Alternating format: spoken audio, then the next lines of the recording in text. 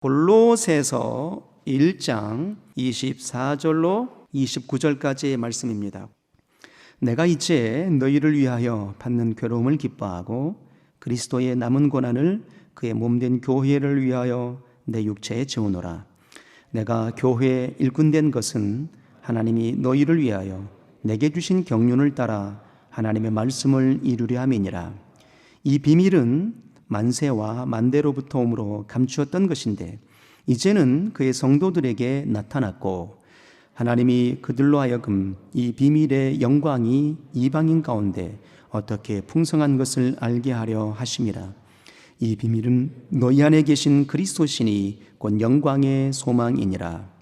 우리가 그를 전파하여 각 사람을 권하고 모든 지혜로 각 사람을 가르침은 각 사람을 그리스도 안에서 완전한 자로 세우려 함이니 이를 위하여 나도 내 속에서 능력으로 역사하시는 이의 역사를 따라 힘을 다하여 수고하노라. 아멘.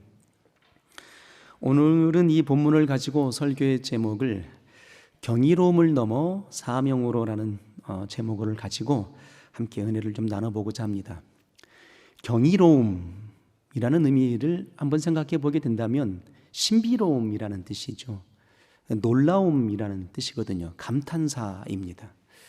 우리가 삶을 살아가게 될 때 경이로운 장면들을 많이 우리가 목격하게 됩니다.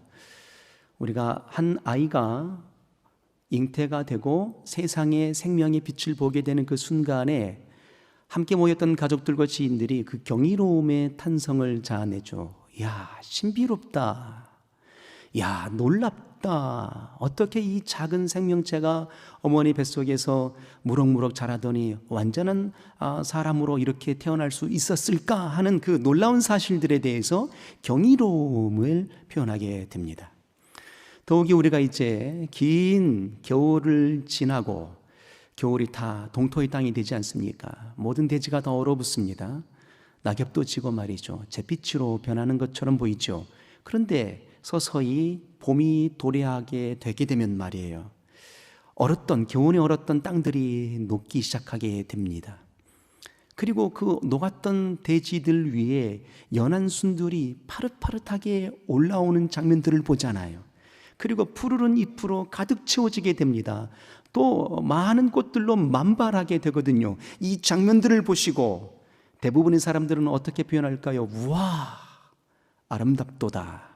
와, 대단하다 라고 경이로움의 탄성을 자아내게 됩니다. 그래서 우리가 살아가는 삶의 모든 역사들을 가만히 들여다보게 되면 말이죠, 경이로움의 역사들이 펼쳐지는 거예요. 자, 그러면 우리 신앙을 한번 들여다보는 겁니다. 우리 신앙은 어떻게 출발하게 되었을까 하는 거예요.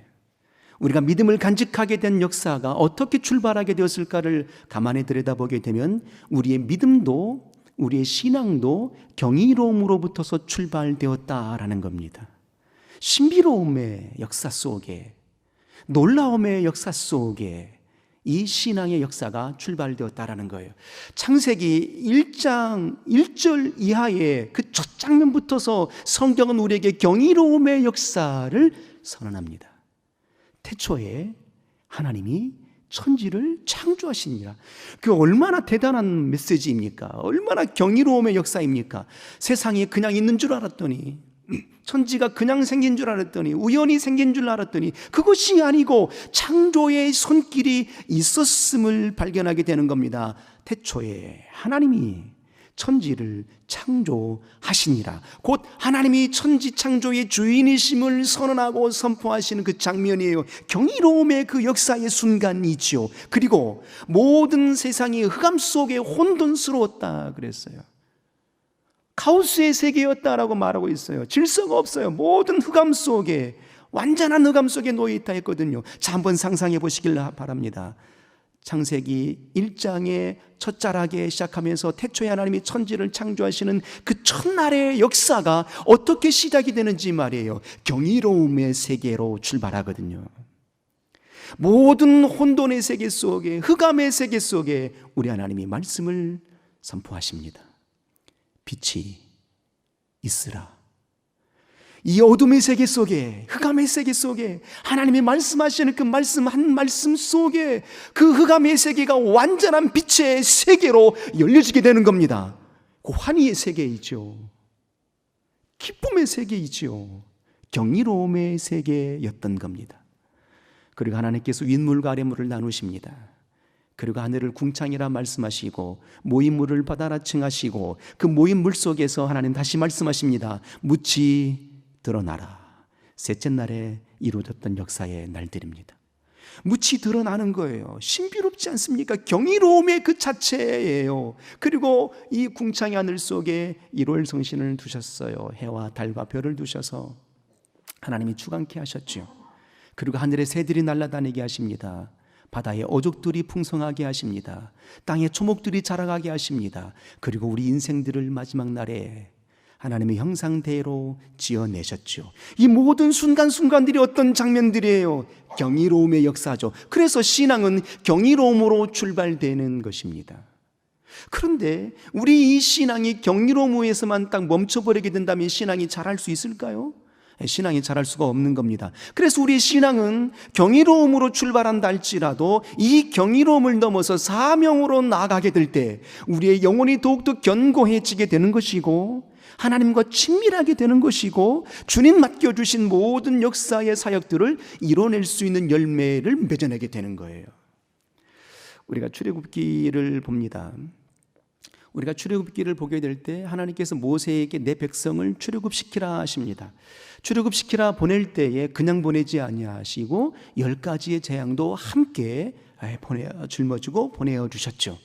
그래서 모세가 바로 왕에게 내 백성을 보내라 하셨다라고 하나님의 말씀을 대언합니다. 안 보내주죠. 그래서 하나씩 그 10가지 하나님의 재앙을 선언하게 되고 펼쳐 보이게 됩니다. 날강이 피로 변하게 됩니다. 개구리로 들끓게 됩니다. 이로 가득하게 됩니다. 독종이 가득하게 됩니다. 흑암의 세계가 펼쳐집니다. 우박이 내려지게 됩니다. 그리고 모든 장자가 다 죽게 되는 그런 역사가 펼쳐지게 되는 겁니다. 이 장면들을 가만히 들여다보게 되면 말입니다. 애굽 사람들에게는 바로 왕을 비롯한 애굽 사람들에게는 재앙이지요. 고통이지요. 두려움이지요. 그러나 하나님의 시각으로 이스라엘 민족의 시각으로 한번 봤으면 좋겠습니다. 이스라엘 민족의 시각으로 바라보게 되면 펼쳐주셨던 그 10가지 모든 재앙은 어떤 순간들이었을까요? 이야, 정말 하나님이 대단하시는구나. 내가 믿는 하나님은 창조의 하나님이시고 모든 세계를 다스리시고 모든 신들 위에 뛰어나신 하나님이시로구나라고 경이로움의 탄성으로 바라볼 수 있는 장면들이었던 겁니다.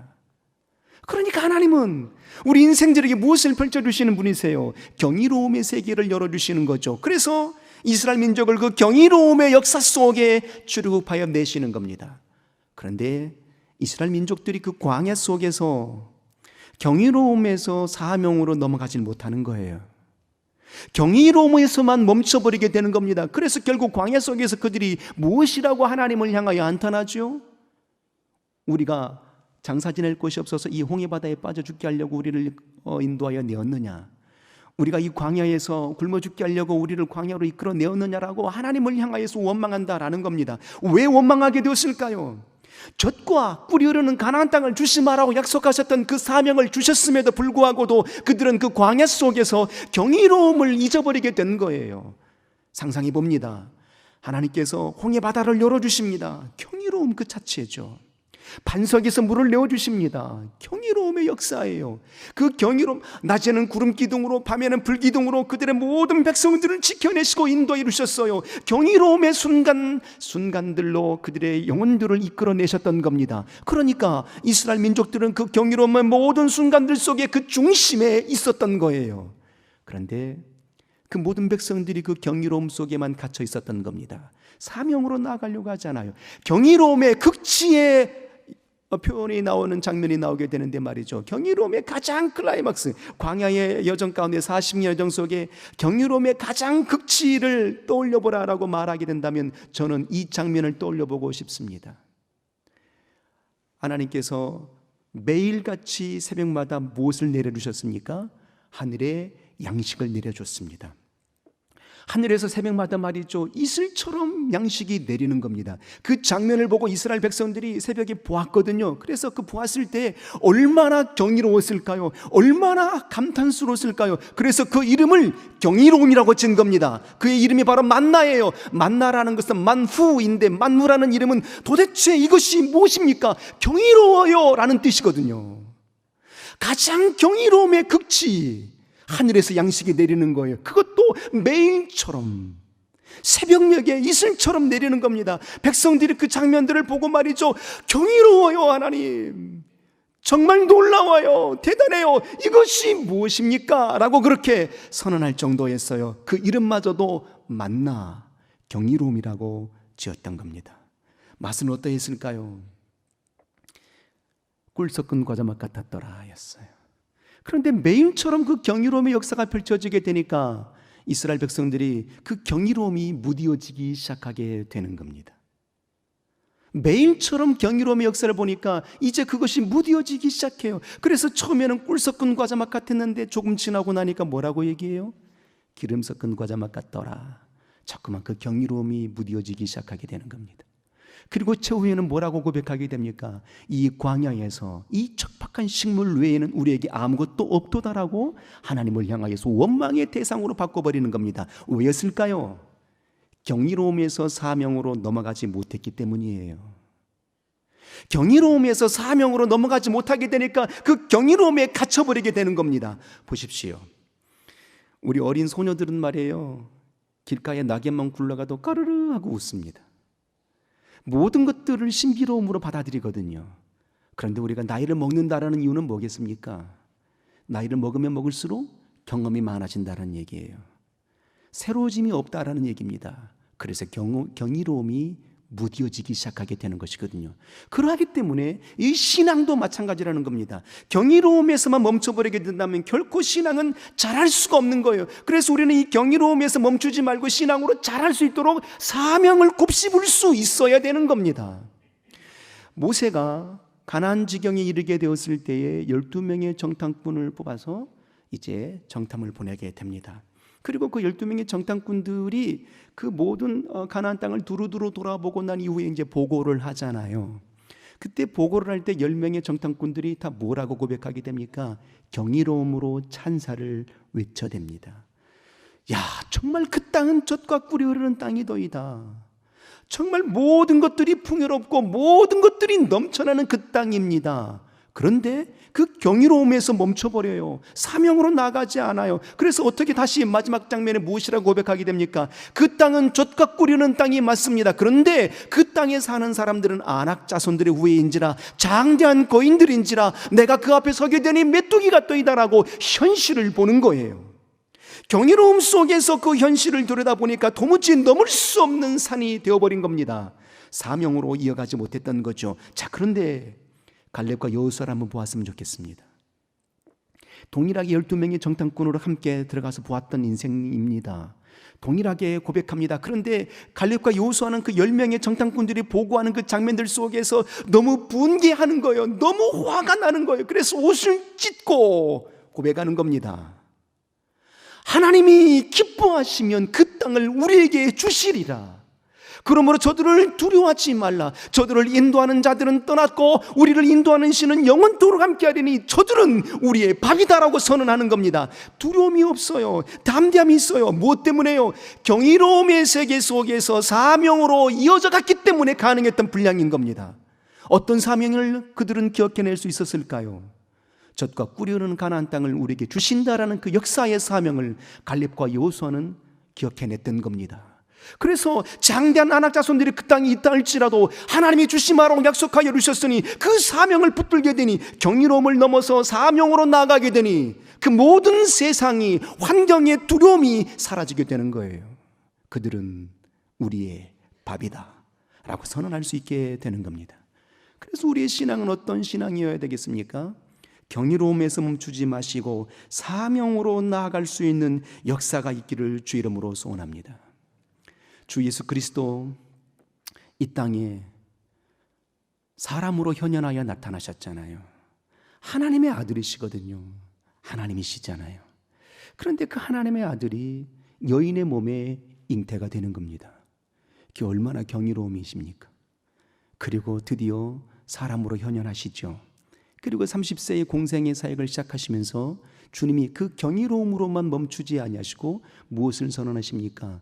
당신이 이 땅에 오셨던 그 사명에 대해서 선언하십니다. 인자가 온 것은 잃어버린 자를 찾아 구원하려 하심이라.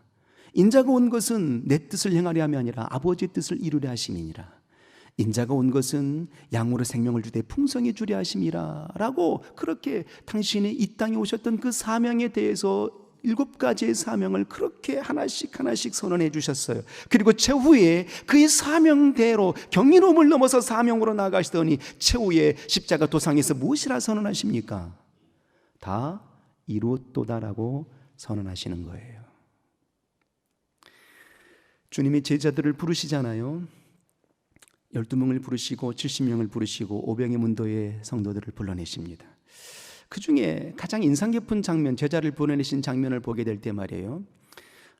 누가복음 5장에 보게 되면 베드로를 불러내시는 장면을 이제 보게 되는데, 베드로가 밤새도록 고기를 잡잖아요. 그런데 한 마리도 못 잡아요. 얼마나 지쳤겠습니까? 그래서 배 위에 올라서 그물을 정리하고 있어요. 그런데 그날 주님이 그 베드로의 배 위에 오르시더니 그물을 정리하고 있는 이들에게 무엇인가 진한 말씀을 전해주세요. 그럴 때는 그들이 그 주님의 말씀을 듣고 아마도 감동을 받았던 것 같아요. 그리고 난 이후에 말씀을 다 정리하시고 주님이 베드로에게 말씀하시죠. 깊은 데로 들어가 그물을 내려 고기를 잡으라 였어요. 밤새도록 그물 쳐가지고 고기 한 마리도 못 잡아서 그물을 정리하고 있는데 주님이 베드로에게 말씀하시는 거예요. 깊은 데로 들어가서 그물을 내려 고기를 잡으라. 베드로가 주님 그 전에 말씀하신 말씀에 감동이 있었기 때문에 그 말씀을 거역지 아니하고 이렇게 고백합니다. 주여, 밤이 맞도록 수고하여 잡은 것이 없지만 주의 말씀에 의지하여 그물을 내리리다 하고 그물을 내리게 됩니다. 어떤 역사가 일어나죠? 2배에 가득 차고 넘칠 만큼 고기를 잡게 됩니다. 그 경이로움의 역사를 목도하는 거예요. 당신은 스스로 고기를 잡고자 원했을 때는 한 마리도 못 잡았는데 주의 말씀에 의지하여서 그물을 내리게 되니까 2배에 가득 싣고도 넘칠 만큼의 고기를 잡게 된 겁니다. 그 경이로움에 완전히 베드로가 고꾸라지게 되는 거예요. 그래서 두려움 나머지 말이죠, 도무지 주님 앞에 설 수가 없었던 겁니다. 그래서 주님 앞에 무릎을 꿇고 고백하는 겁니다. 주여, 나는 죄인입니다. 부디 나를 떠나소서. 이럴 수밖에 없는 거죠. 놀라운 경이로움의 역사를 목도했으니까 말이죠. 사람이 상상할 수 없는 그 일들이 베드로의 눈앞에 펼쳐진 거예요. 그러니까 이분은 사람이 아니야 하는 거예요. 이분은 나의 모든 것을 다 아시는 분이야. 내 모든 허물도 아시는 분이야. 그러니 나의 부족함과 연약함을 아시는데 내가 어찌 주님을 따를 수 있겠는가? 그래서 그는 고백하는 겁니다. 주여, 나는 죄인입니다. 나를 부디 떠나소서. 그때 주님이 경이로움에 멈춰버린 베드로를 향해서 사명을 주시는 겁니다. 이제 내가 이후로는 내가 고기 잡는 어부가 되는 것이 아니라 사람을 낚는 어부가 되리라, 사람을 취하는 자가 되리라라고 말씀해 주시는 겁니다. 그 사명을 베드로가 받더니 어떤 역사가 일어나죠? 베드로가 배를 버리고 주님을 따르더라 하는 겁니다. 경이로움에서 멈춰버리게 되면 그것으로 끝나는 겁니다. 그 경이로움이 매일처럼 이어지질 않거든요. 마치 광야에서 만나를 보고 경이로웠던 그 역사들이 이후에는 이 척박한 식물 외에는 우리에게 아무것도 없도다라고 경이로움이 무뎌질 수밖에 없는 겁니다. 그러므로 우리의 모든 삶은 경이로움에서 멈추지 말고 사명으로 이어져 가야 되는 겁니다. 우리 개혁 성도들 한번 봤으면 좋겠어요. 우리 개혁 성도들은 이미 사명을 받은 자들이잖아요. 하나님께서 교회를 교회되게 하시고자 원하심으로, 성도를 성도되게 하심으로, 예배를 예배되게 하심으로 우리를 거칠게 몰아내셨거든요. 그때 우리를 거칠게 몰아내셨을 때 이 장면들 속에서 우리는 얼마나 경이로움의 역사를 보았습니까? 캄캄한 암흑 속에서도 우리는 예배할 때 그 경이로움의 역사를 목도했거든요. 그런데 그 경이로움의 역사가 지금까지 이어져 오더냐? 그렇지 않잖아요. 무뎌질 수밖에 없는 겁니다. 그러면 어찌 해야 될까요? 사명으로 나가야 되는 겁니다. 다시 사명으로 나아가야 되는 거예요. 교회를 교회되게 할 수 있도록 이 교회의 주인이신, 온전하신 주인이신 예수 그리스도를 온전히 주인 삼을 수 있는 교회로 만들어낼 수 있는 건강한 교회를 이룰 수 있는 그 사명을 우리는 짊어지고 나가야 되는 겁니다. 그때 다시 우리는 다시 경이로움의 역사가 이어지게 되는 거예요. 또 다시 사명으로 나아갈 수 있는 동력을 얻게 되는 거예요. 이런 역사가 우리 모든 삶 가운데 펼쳐지기를 주님의 이름으로 축복합니다. 오늘 골로새서 1장을 우리가 본문으로 봤잖아요. 사도 바울이 골로새에 있는 성도들을 향하여서 선언하는 장면에 서신을 보낸 장면들의 내용입니다. 바울 사도가 말이죠, 예수 그리스도를 만나기 이전에는 그는 어떤 존재였습니까? 예수 믿는 자들을 핍박하는 데 앞장섰던 자예요. 스데반이 돌에 맞아 죽는 순간에도 가편투표를 던졌던 자였고, 그리고 그들의 옷을 맡아줬던 자예요. 그리고 이제 대제사장들에게 예수 믿는 자들을 핍박하는 권세를 받아가지고 다메섹으로 가던 도중에 예수 그리스도를 목격하게 됩니다. 주님의 부르심의 음성을 들어요. 영광의 빛을 보게 되는 겁니다. 경이로움의 순간에 빠져들게 되는 거였어요. 그래서 그가 그 경이로움에서 멈추지 아니하시고 주님이 주신 거룩한 사명을 감당하게 되는데, 사도행전 9장에 말씀하시잖아요. 이는 이방 사람들과 임금들과 이스라엘 백성들을 향하여 복음을 전할 택할 나의 그릇이라 말씀하셨어요. 복음 증거자로서 부르심을 받게 된 겁니다. 그 사명을 사도 바울은 받았던 거죠. 그래서 사도 바울은 그 주신 사명을 버리질 않아요. 경이로움의 순간에 멈추지 아니하고, 영광의 빛 하나님의 음성을 들었던 그 부르심의 순간에 다메섹 도상에 멈추지 아니하고 주신 사명으로 나아가게 되는 겁니다. 그래서 그 주신 사명을 이뤄내고자 소원함으로 사도행전 20장 23절과 24절 이하에 아주 유명한 말씀을 선언하시잖아요. 성령께서 내게 이르시기를 내가 각성에 다닐 때 내가 환난과 핍박을 당한다 하였다. 그렇다 할지라도 나의 받은 바 사명은, 내가 주 예수께 받은 사명 곧 생명의 복음을 증거하려 함에 있어서는 내 목숨을 조금도 귀한 것으로 여기지 아니하노라라고 선언하는 겁니다. 경이로움에서 멈추지 아니하고 사명으로 나아가게 되니까 두려움이 없어요. 자기의 목숨도 아까워하지 않는 겁니다. 이것이 진실한 그리스도인의 삶의 자세가 아닐까요? 이것이 우리가 바라보아야 되고, 이것이 우리가 이루어야 될 신앙의 목표가 아닐까요? 경이로움에서만 멈추면 안 된다는 겁니다. 감동으로만 멈추면 안 된다는 거예요. 사명으로 이어져야 되는 거거든요. 그 역사의 장면을 오늘 표현하고 있는 겁니다. 그러면 우리가 이 경이로움에서 멈추지 않냐고 사명으로 이어가려면 무엇을 먼저 해야 될까요? 본문에 이렇게 말하게 됩니다. 25절에 이렇게 말합니다. 내가 교회의 일꾼된 것은 하나님이 너희를 위하여 내게 주신 경륜을 따라 하나님의 말씀을 이루려함이니라 그랬어요. 내게 주신 경륜을 따라 그랬어요. 경륜이 무엇입니까? 하나님의 계획하심이에요. 하나님의 작정하심의 역사죠. 그런데 그 경륜을 내게 주셨어요. 하나님의 작정하신 계획을 내게 주셨다고요. 그러면 그게 뭐가 되는 겁니까? 그 경륜은 내게 사명이 되는 거예요. 그러니까 사도 바울은 말하는 겁니다. 하나님의 경륜을 내가 받았으니, 곧 내가 사명을 받았으니 나는 이 사명을 기억하노라 하는 겁니다. 우리가 이 경이로움에서 벗어나 넘어 사명으로 나아가길 원한다면 하나님이 내게 주신 그 사명을 기억할 수 있는 존재가 되어야 되는 거예요. 내게 왜 이 하루를 허락해 주셨을까? 내게 왜 이 한 달을 허락해 주셨을까? 내게 왜 이 성락교회 개혁의 성도가 되게 하셨을까? 다 하나님의 부르심의 뜻이 있는 거거든요. 그 경륜의 역사가 있는 겁니다. 그러므로 우리는 그 경륜의 역사를 기억해낼 수 있어야 돼요. 그 경륜의 역사를 잊어버리게 되니까, 사명을 놔버리게 되니까 경이로움에서만 멈춰버리게 되는 겁니다. 결국 어떻게 되겠습니까? 하나님을 향하여서 원망하는 존재가 될 수밖에 없었던 거예요.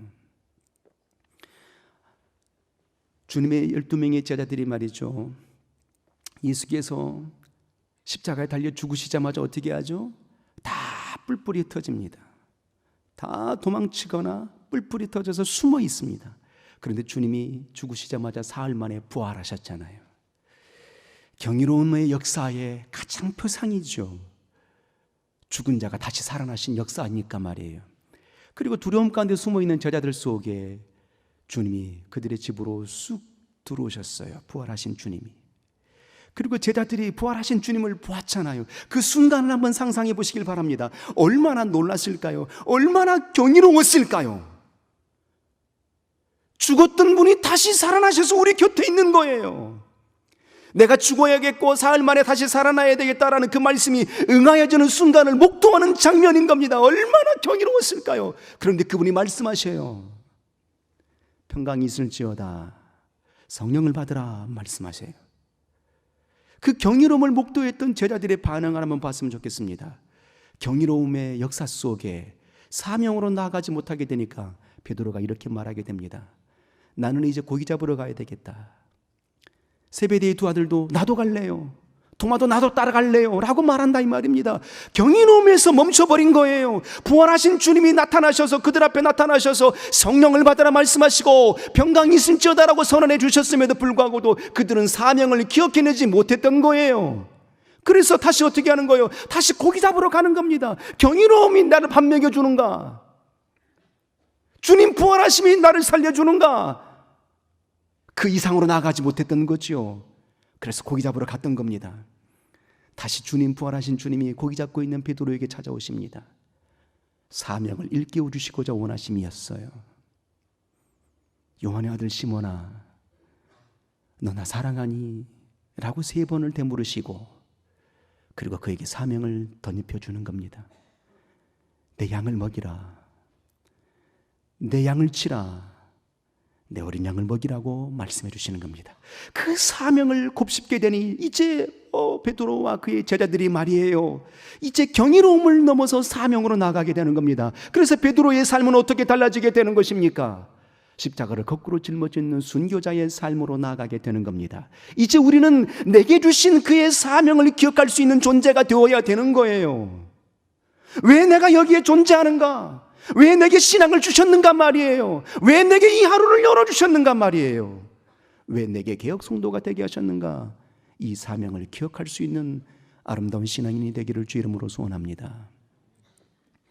한 젊은 정원사가 있었어요. 가난한 정원사였거든요. 정원을 아름답게 갖고 갑니다. 그런데 정원만 갖고 나무만 갖고 가는 것이 아니라 그에 심겨져 있는 화분마저도 조각을 아름답게 조각을 하기 시작하게 됩니다. 나무 화분에다가 열심히 조각을 하기 시작해요. 퇴근 후에도 열심히 조각을 합니다. 그가 거쳤던 조각하는 그 화분들마다 아름다운 작품으로 나와요.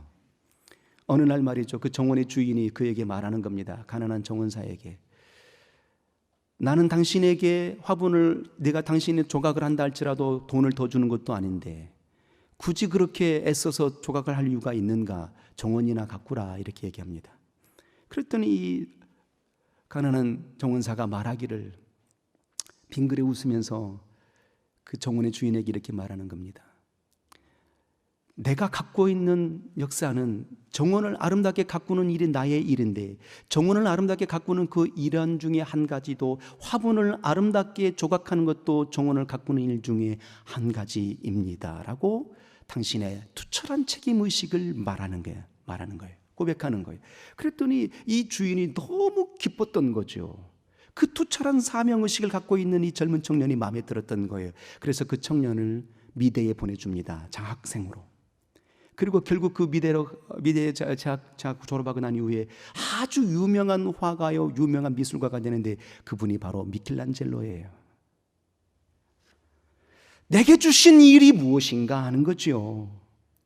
내가 감당할 일이 무엇인가를 알고 있었던 거예요. 놓지 않았던 거예요. 나무만 가꾸면 돼, 이것이 아니라 나무를 아름답게 빛내줄 수 있는 화분도 갖고 가는 거예요.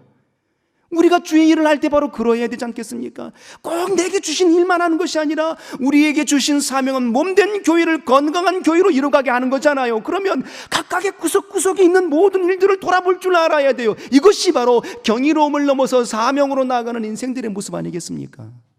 이런 삶의 역사가 펼쳐지기를 진실로 소원합니다. 그래서 우리는 사명을 기억할 수 있는 존재여야 됩니다. 그리고 더 나아가서 이제 23절에 보게 되면 이렇게 고백하게 됩니다. 사도 바울이 말하기를, 만일 너희가 믿음에 거하고 터 위에 굳게 서서 너희 들은 바 복음의 소망에서 흔들리지 아니하면, 그랬어요. 복음의 소망에서 흔들리지 아니하는 것입니다.